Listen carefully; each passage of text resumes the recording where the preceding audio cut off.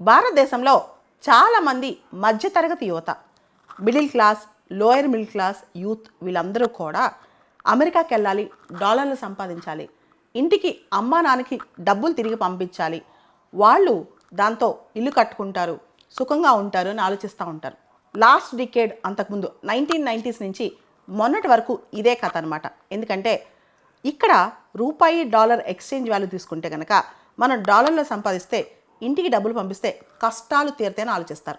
ఇప్పుడు Donald Trump ప్రభుత్వం దీని మీద కూడా కన్నేసేసిందనమాట. డొనాల్డ్ ట్రంప్ ప్రభుత్వం ఇప్పుడు రీసెంట్గా హౌస్ ఆఫ్ రిప్రజెంటేటివ్స్లో ఒక ప్రపోజల్ పెట్టించింది. అదే వన్ బిగ్ బ్యూటిఫుల్ బిల్ అనమాట.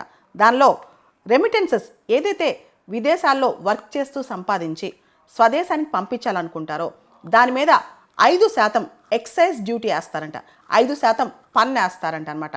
ఇది ఇంకా ఇంప్లిమెంటేషన్లోకి రాలేదు, ఓన్లీ ప్రపోజల్ స్థాయిలో ఉందన్నమాట. ఓ పక్క అమెరికన్ బిజినెసెస్కి ట్యాక్స్ బ్రేక్స్ ఇస్తున్నారు, అంటే అమెరికాలో బిజినెస్లు బాగుండాలంట, అండ్ అమెరికాలో గవర్నమెంట్ స్పెండింగ్ తగ్గిస్తున్నారు. ఇంకో పక్క రెమిటెన్సెస్ ఎవరైతే అమెరికాలోకి వెళ్ళి సంపాదించి స్వదేశాలకు పంపించాలని చూస్తారో వాళ్ళ మీద దెబ్బైపోతుంది ఇప్పుడు ట్రంప్ ప్రభుత్వం అనమాట.